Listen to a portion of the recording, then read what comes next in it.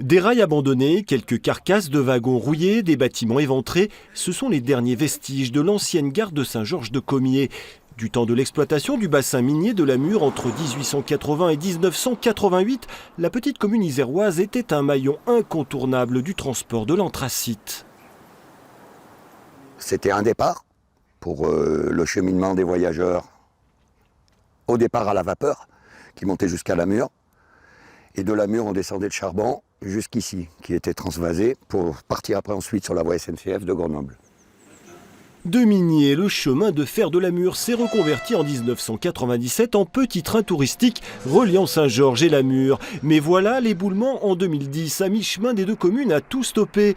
Après plusieurs tentatives infructueuses, un repreneur soutenu par le département de l'Isère a été validé en juin dernier. Coût du projet, 26 millions d'euros. Estimant sa commune exclue, le maire de Saint-Georges-de-Comiers a déposé un recours.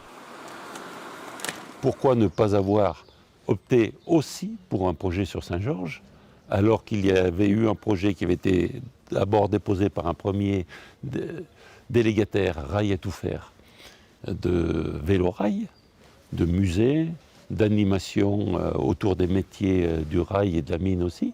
Il y avait des projets qui avaient été déposés et qui ont été oubliés. Le retour du petit train drainant quelques 100 000 touristes chaque année est forcément très attendu à la Mure. Pour son maire, le recours déposé par la commune voisine s'apparente à une erreur d'aiguillage. Je ne sais pas si c'est un frein, je ne sais pas, certainement ça doit être pour tirer le signal d'alarme. On a l'impression avec cette histoire que le collègue, c'est un voyageur qui vient prendre un train, il ne sait pas lequel. Il a oublié sa valise, il n'a pas de billet, et il voudrait monter dans le train et il s'en prend aux passagers et il s'en prend au chef de gare plutôt que de se poser les bonnes questions.